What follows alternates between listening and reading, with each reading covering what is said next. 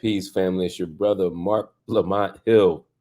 Welcome to Night School. Every night here on the Marc Lamont Hill official YouTube channel, we do Night School Monday to Friday, 9 p.m. Eastern Time. It is not a podcast. It is not a radio show. It is not a TV news show. It is a global classroom. We do deep dives into the biggest issues in our lives today in culture, politics, art. We deal with pressing issues of today, and we deal with long-standing debates that have always shaped our conversation. That's what Night School is all about. And I know I said 9 p.m. Eastern, and tonight it's a little bit later. I appreciate y'all being generous and merciful with me. I had some travel challenges, and I needed to make sure I got back. And I refused to cancel Night School. I refused to not have this conversation with y'all. So I made sure we booked it just a little bit later. But thank you for joining me. Thanks for hanging out with me. I'm going to do a quick shout out to a couple of y'all who are here all the time, the members of the Marc Lamont Hill official YouTube channel. Shout out to Boaz Kim Music, Karen D, Uprising Consulting, Bob Vaughan, shout out to you, Change Wave, Rachel, D. Marie, I appreciate all of y'all so much. Sophia Martinez, Beyond Beyond Ebony, yo, so dope. Omega, shout out to you. Said Rachel, real quick, a couple more folk, and then we're gonna get the party started here. I appreciate so much. By the way, Omega said, "Did you make it to work on time after stand up so late?" Yo, barely. I crawled out that bed, got up, shower, got ready, and made it to the train. Got to DC, shot my Al Jazeera show, and made it back to Philly for some more meetings. It has been quite the day. Chef Shia, shout out to you. Shout out to you. Oh man, I'm getting word of some beef in the room. We're gonna talk about that in a minute. Katya, Kitty, shout out to you. Thank y'all for being here. Seth McKeever, thank you so much for being here. I appreciate y'all. I appreciate the love. I appreciate the support. I found out Beyond Ebony has beef with Marilyn Mosby. All right, you're gonna have to break that down for me. I'm not disagreeing with you. I mean, I don't know the story at all. I literally know nothing. So you're gonna have to school me on that. We'll have a conversation. That's what office hours is for. Maybe you'll slide through office hours and help me understand, and maybe we can have that conversation sooner than later. Anyway, let's get started with the proceedings. Because speaking of Marilyn Mosby, some big news emerged today on the cable news scene, the political news scene, the TV news scene. Everybody was talking about Marilyn Mosby. Former Baltimore prosecutor Marilyn Mosby will not be serving jail time in her federal fraud and perjury case. Many of you know Marilyn Mosby from charging 6 Baltimore officers that were involved in the 2015 death of 25-year-old Freddie Gray while in custody. It was at a moment after Mike Brown had been killed. It was a moment after Ferguson Summer. The world's attention was fixed on U.S. policing, and Marilyn Mosby was the youngest chief prosecutor in a major U.S. city. Now, all the charges were eventually dropped against those officers. In fact, in February, it was announced that they are going to oversee Baltimore's police integrity unit. But yet Mosby became a fixture on the political scene. She and her husband became widely and publicly known figures. And then the trouble began. Mosby was facing 40 years in federal prison for lying about her finances to withdraw retirement funds early during the pandemic, and falsely claiming a $5,000 gift from her husband to buy a Florida condo. The judge sentenced her to 12 months of home detention, 3 years of supervised release, both of them to be served concurrently, and 100 hours of community service. Now, this was a important sort of conversation to have. I'm not getting into Marilyn Mosby's choices, whether she was right or wrong, innocent or guilty in terms of the actual actions. Ultimately, she pled guilty, or she was found guilty. And Marilyn Mosby was looking at this time, and the question was, is 40 years in prison a legitimate sentence for this woman? She didn't take anybody's money. She didn't steal from taxpayers. Nobody lost anything.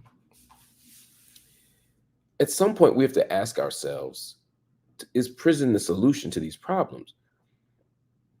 For white men, most judges say no. For white women, The public, the judges, everybody usually says no. Oh, they made a bad choice, make them pay the money back. Everybody's restorative when it comes to white people. Everybody's an abolitionist when it comes to white women and their crimes of this sort. But when it comes to black people, especially black politicians, they want to throw the book at them. They want to throw the book at Kwame Kilpatrick, and they did. They wanted to throw the book at Marilyn Mosby. And the only thing that saved Marilyn Mosby was the fact that a bunch of black voices stood up and spoke out. They put a spotlight on her case. They made it very clear that you ain't going to throw her in a cage for 40 years and we just going to stand idly by. I want to give a special shout out to Angela Rye, my dear friend and sister, who stood up and rode for Marilyn Mosby, made it clear to the world that this was an unfair situation. I also saw Marilyn Mosby with Tiffany Cross and Andrew Gillum, who share a podcast with Angela Rye. They all spoke up and spoke out. I watched Roland Martin courageously and fiercely protect and defend Marilyn Mosby here. Again, nobody is saying Marilyn Mosby is perfect. The question is, are black people going to get a different sentence? Are black people going to get different time than their white counterparts? The answer has to be no if we're going to call ourselves anything close to a fair system, if we're going to call ourselves anything close to a democracy. So that's that on that. But let's keep going. I know we got a lot to cover in a short amount of time. Actually, let me add one more thing. I got to say this one more thing. Don't get mad. Marilyn Mosby's attorney's not done. They say Marilyn Mosby is going to seek a presidential pardon because her crimes didn't involve taxpayer money or any financial loss. So the struggle's not over. Marilyn Mosby won't be going to jail. She won't be going to prison, but Joe Biden has an opportunity to do the right thing here. It probably won't be Trump if he becomes president, although sometimes he does that just to troll. But Marilyn Mosby absolutely can get a pardon, and Joe Biden has pardoned worse people for worse stuff. So, Mr. President Joe Biden, let's get these proceedings proceeding. All right, now we can move on. Germany says that it will arrest Israeli Prime Minister Benjamin Netanyahu if he enters the country because of the current warrant for his arrest, or the soon-to-be issued likely warrant for his arrest for war crimes. The spokesman for German Chancellor Olaf Scholz confirmed that Germany would comply with the International Criminal Court and arrest while the warrant is active. As long as there's an active warrant for Netanyahu and presumably Yoav Gallant, his defense minister, he said, quote, "We abide by the law." Now, just to give you a context, earlier this week, prosecutors from the International Criminal Court announced that they were seeking arrest warrants for Israeli leaders, along with Hamas leaders, for war crimes and crimes against humanity in Israel and Gaza. Of course, we know at least 35,800 Palestinians have been killed and more than 80,000 have been hurt since Hamas's attack on Israel in October 7th, which resulted in the death of 1,139 Israelis. And so right now, just for y'all understanding, there is no arrest warrant for Netanyahu. There is no arrest warrant for the Hamas leaders. There is no arrest warrant for Yoav Gallant. But what Prosecutor Khan has done is fill out an application for those arrest warrants. Those arrest warrants now sit at the feet of 3 judges. Those 3 judges can make a determination about whether or not to issue the arrest warrant. If the arrest warrant is issued, and that takes a while. In the case of Vladimir Putin, it took about a month to decide. In the case of Bashir, it took 8 months to decide. Omar al-Bashir took like 8 months to decide. But once the court decides, now you really out there. And as a president, you can get arrested. I mean, there were moments where Vladimir Putin almost got arrested. There's moments where Bashir almost got arrested. Now, sometimes countries will say, well, you know, it's a big event. It's a conference. It's something where we need world leaders. We give you our guarantee we won't arrest you. That's what happened to Bashir. And he took his behind to Africa. And the courts and the police said, well, no, if you might get these handcuffs. And he had to scurry out in the night and make it back home. So please understand, the International Criminal Court does have the capacity to issue an arrest warrant that is enforceable. But international law is always, always, always only as enforceable as the global community will allow it to be. So if I have an arrest warrant for me and I go to Benin or I go to Sierra Leone or I go to China or I go to Canada, if the countries don't want to lock me up, there's nothing that can be done about it. Now, there are plenty of countries that will not lock up Netanyahu. But even Germany, which is Israel's ally, they've been carrying the water for Israel for a long time. They're saying we have to impose the international order. And this is an important step forward because historically, it's the African countries that have the ICC imposed upon them. It is the global south, the so-called third world, that has the ICC imposed upon them. But now a Western power is being implicated. The client state of an Western power is being implicated. Now, it ain't just the ACC anymore. It's not just the African Criminal Court. No. Now, Netanyahu is mixed up in this. Israel's mixed up in this. The United States, by proxy, is mixed up in this. This is an important moment. And the fact that Germany is saying we will lock your behind up tells us two things. One, Netanyahu ain't going to Germany as long as there's a warrant. And two, the global order might just be changing just a little bit. We're going to take a quick break. We'll be right back. I got much more to talk to y'all about because the GOP has been spending a lot of time calling college leaders into the Congress. They've been forcing them to testify. They've been forcing them to answer tough questions. They've been grandstanding. Well, they're back again. We'll tell you all about it on the other side.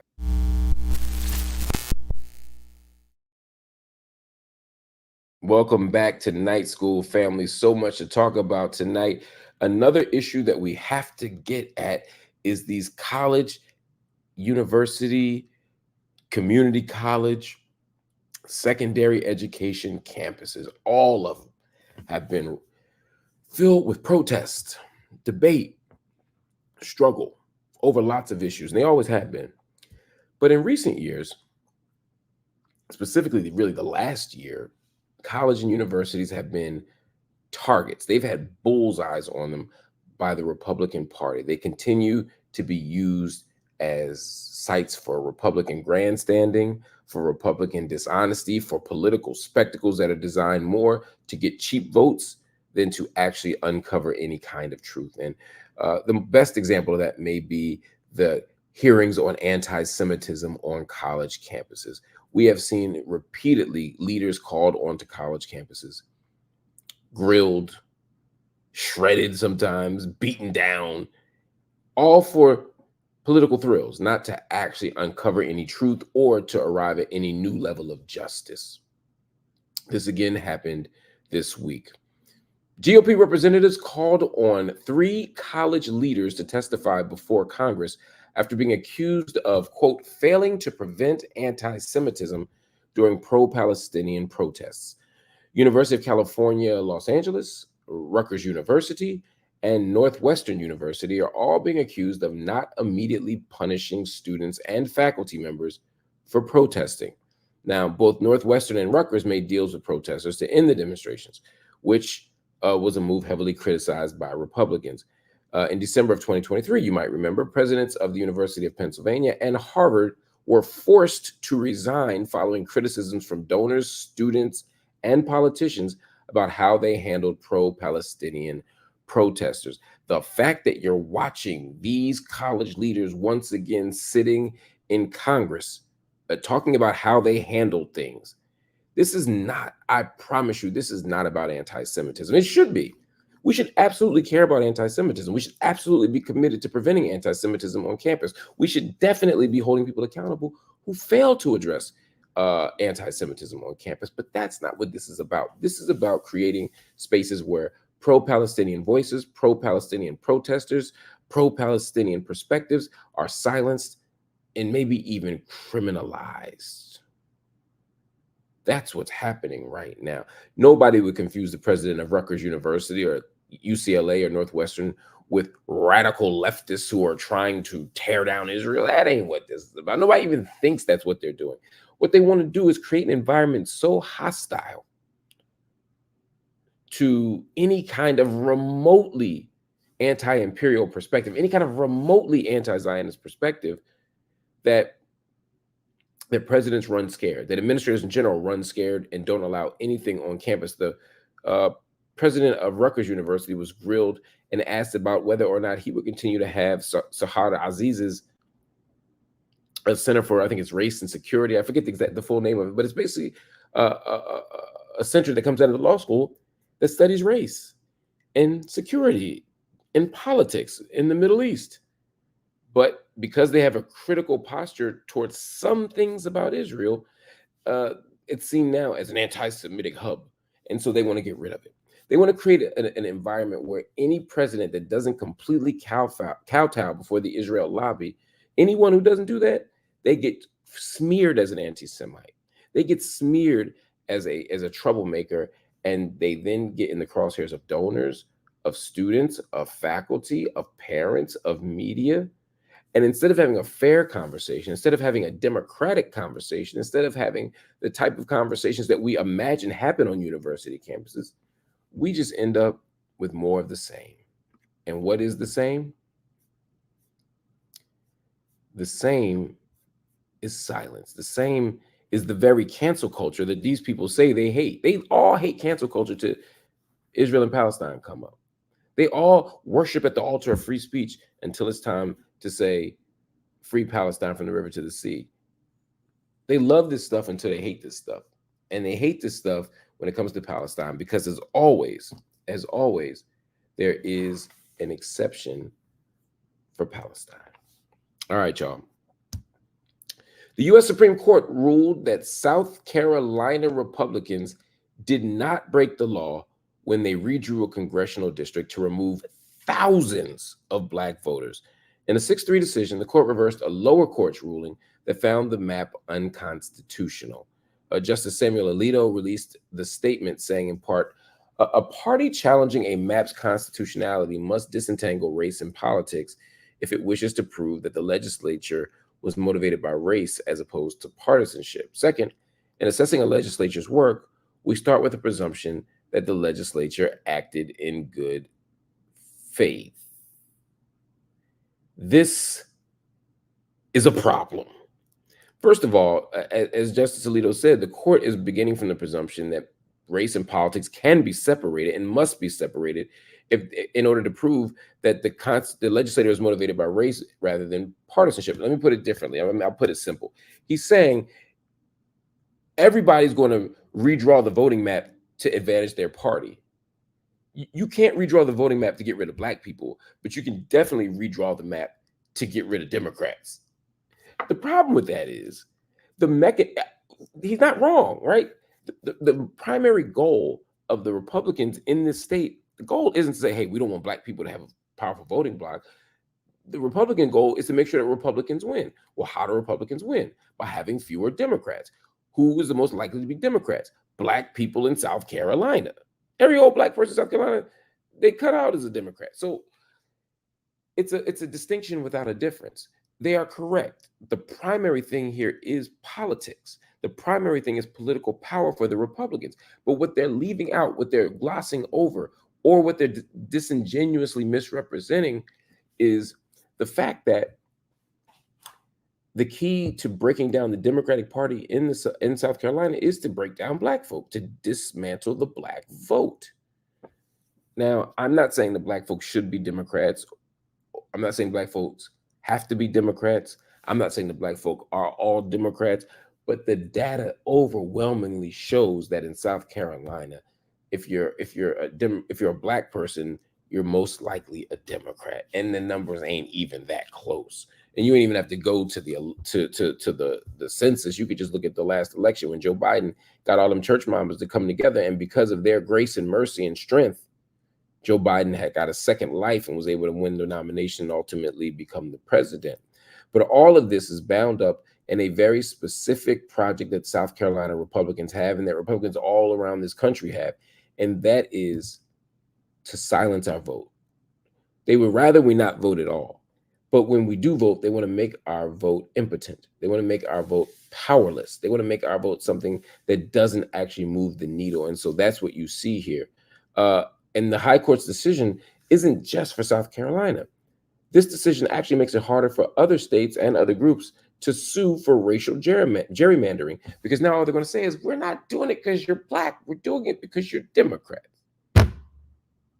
Oh, it's nasty work there. Speaking of the Carolinas, let's talk about North Carolina for a second. Black residents in North Carolina are demanding a Confederate monument marked, quote, in appreciation of our faithful slaves, be removed from outside a North Carolina County courthouse. I'm going to say that again. There is a monument in front of a courthouse that says, in appreciation of our faithful slaves. So, as you can imagine, Negroes ain't happy about it. So they filed a lawsuit. The federal lawsuit was filed by the Concerned Citizens of Tyrrell County, which is a group focused on issues that face local Black residents.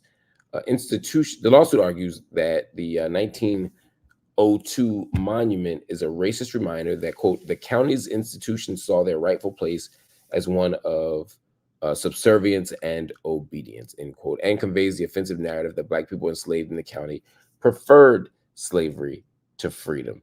The Concerned Citizens of Tyrrell County say they have been trying to get this monument removed for years, excuse me. However, a 2015 state law limits when, quote, an object of remembrance, like a military monument, can be relocated. So this is a fundamental problem here, right?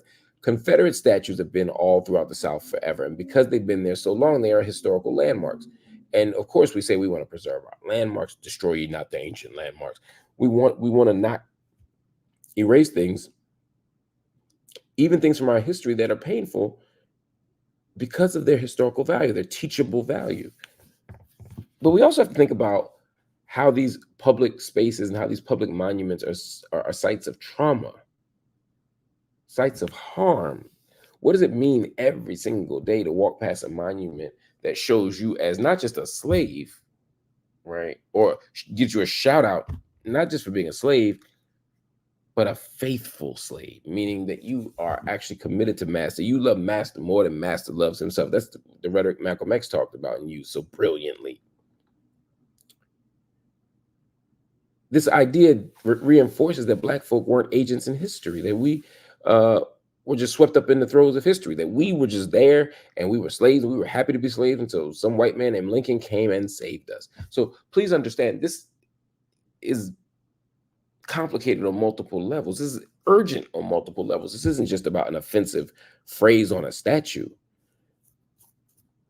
This is about how our babies are going to learn, what our babies are going to learn, when our babies are going to learn about this wicked institution. We got to do something about it.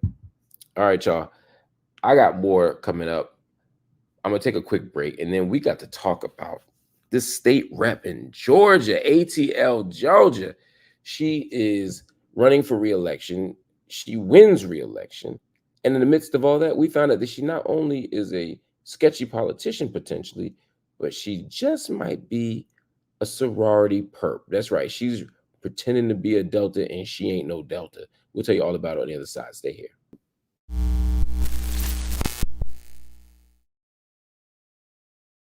Peace, family. Welcome back to Night School. The historically Black Greek letter organization, Delta Sigma Theta Sorority Incorporated.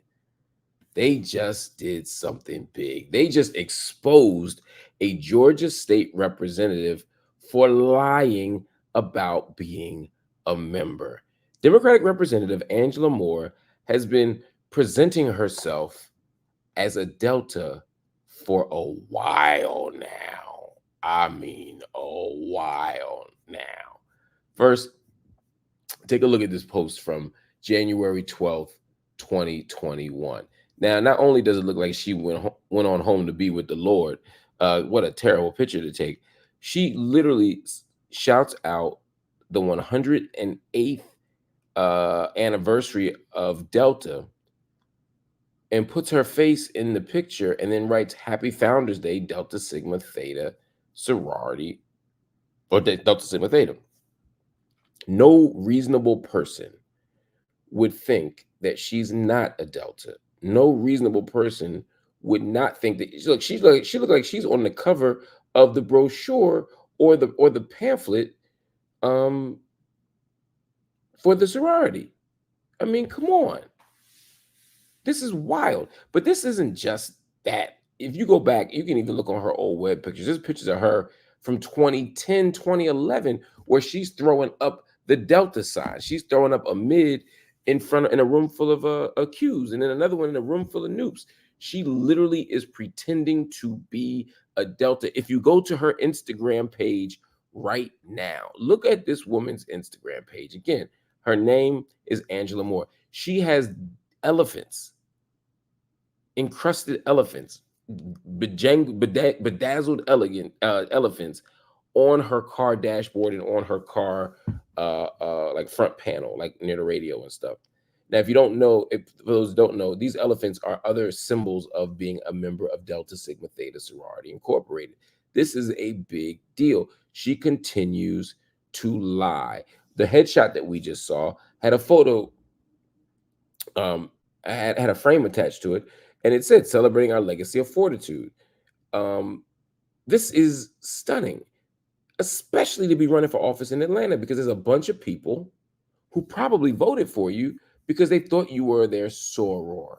There are a bunch of people who voted for you because they just like the fact that you had what it takes to pursue entry, admission into a Greek letter or a Black Greek letter organization, and then you gained admission, and that you're still active. It speaks to your loyalty. It speaks to your consistency. It speaks to your fortitude. It speaks to all the things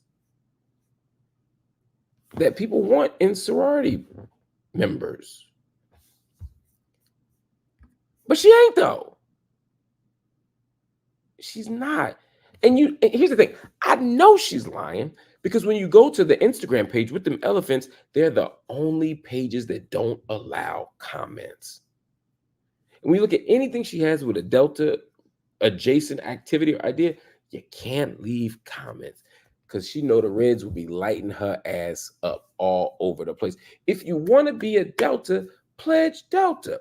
You went to college, you apply, go to the smoker back in the day, make line, get approved, and then you do what you got to do until you're on the other side of them burning sands. And this ain't about paper versus made. This isn't about who did this versus who did that. This woman isn't like a weak member of the organization. She's not a paper member of the organization. She is not a member of the organization. And I guarantee you the next time she runs, she will not be unopposed. And she wasn't unopposed this time, but next time she won't be unopposed because there's going to be so many people who are going to push and donate and fight to get her removed. Now, again, she won re-election. She will once again represent Georgia's she will once again represent Georgia's 91st district. But now the Reds know she ain't no member. In fact, on January 11th, the Southern Regional Director for the sorority released an official statement about her. And she said, although Ms. Moore continues to represent herself in various forms as a member of Delta Sigma Theta, there are no records to support her membership. So that means either she is what we call a renegade, where she engaged in some underground activity and never got right in the books, which is possible, except there'd be people vouching for you. There'd be people out in the world saying, "Oh yeah, she's not on the books, but that's my Sans, that's my LS, that's my this, that's my that. I seen her online. She's seen me online." There will be people who would know something about you, but that's not it. Don't overthink this, y'all. She just lying. She just lying.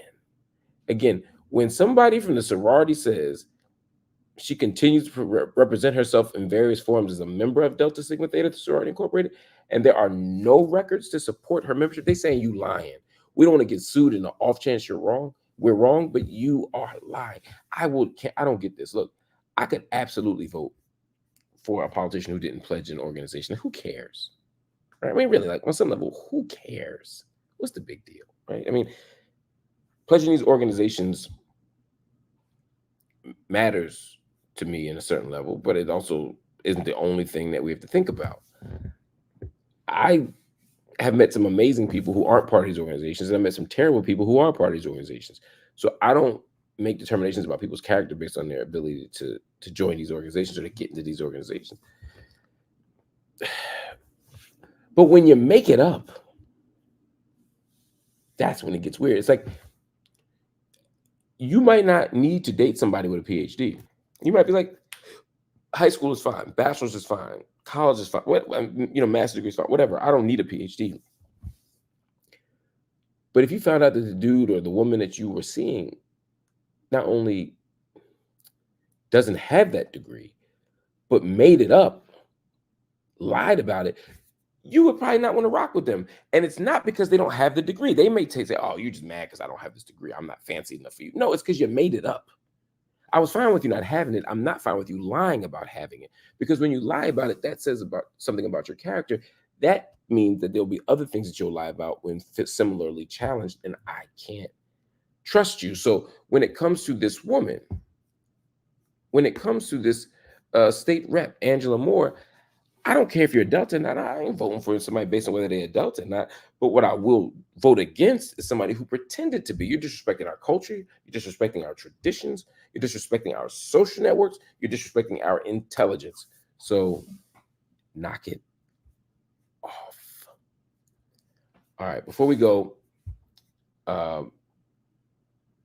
two more things that I need to talk to y'all about. The first thing is Live Nation.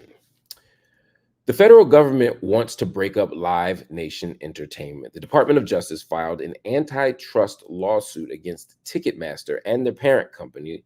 A lawsuit says Ticketmaster is a monopoly that hurts artists, gives fans endless fees, and blocks small promoters. The company is being accused, and the company's Ticketmaster, again, which has a parent company of Live Nation. The company is being accused of using long-term contracts so that venues can't choose competition ticketers, blocking other ticket sellers, and even threatening venues with financial loss if fans don't choose Ticketmaster. Now, Live Nation responded to the lawsuit, stating in part, calling Ticketmaster a monopoly may be a PR win for the DOJ in the short term, but it will lose in court because it ignores the basic economics of live entertainment. So this is an interesting battle. I'm not going to get into the weeds about this. We'll bring some experts who want to talk about it in greater detail later. But saying that Ticketmaster has positioned itself as the only game in town, and so everybody gets hurt because there's nothing to drive the market to a more reasonable or accessible number. I get that. I do. I'm just not sure it's true. When I think about the tickets landscape, there's Ticketmaster, but then there's also the secondary vendors, the StubHubs and the whoever's of the world. And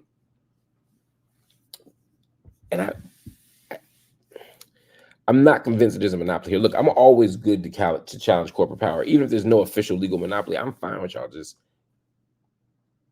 tearing this stuff down so that mom and pop shops can get access again, so that local record stores can sell tickets again, so that there's just more power in the hands of more people. I agree with that.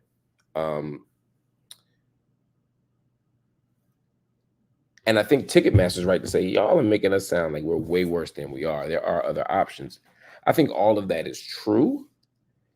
But ultimately, when the DOJ comes and knocking, they don't usually be wrong. So whatever is going on over there, we need to think about and we need to address. But we address not with our words. We can address with our feet. We can address with our dollars. Don't go to the shows. Don't stand in line to buy the tickets. Then things will get better. But as long as we are needy for this stuff, we're going to see the same kinds of outcomes. All right, y'all. One more story. R&B singer Cassie finally spoke out following the release of disturbing 2016 hotel security footage that showed hip-hop mogul Sean Diddy Combs assaulting her in a Los Angeles hotel. Cassie made a post to Instagram saying, "The outpouring of love has created a place for my younger self to settle and feel safe now. To settle and feel safe now. But this is only the beginning. Domestic violence is the issue. It broke me down to someone I never thought I would become. With a lot of hard work, I am better today, but I will always be recovering from my past."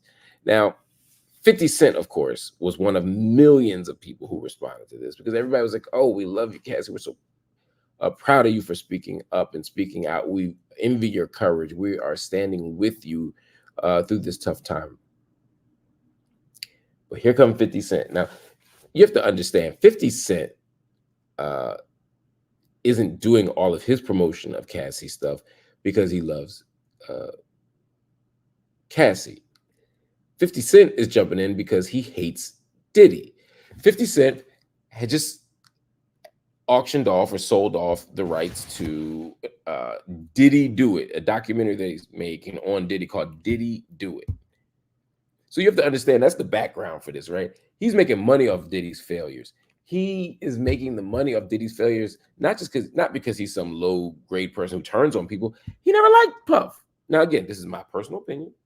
They did the song together. They did the Get Money song, Get Money remix. They did all of that together. That's all true. That's all well and good. But let's be clear. From the moment 50 Cent hit the scene, him and Puff ain't been great. 50 Cent was supposed to sign to Bad Boy, but Puff didn't do it because, 50 was so hot in the street, all the beef with Supreme, all the stuff going on in the world.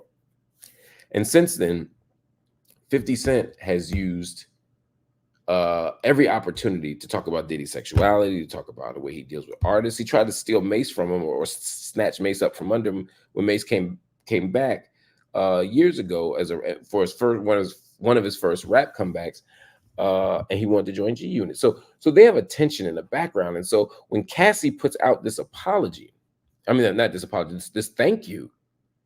And 50's amplifying it. 50 ain't amplifying it because he cares about black women, black girls, or feminism in the case of Cassie. I'm not saying 50 don't care about black people or black women or girls. That's not what I'm saying. I'm saying that ain't have nothing to do with this. He is trolling Puff.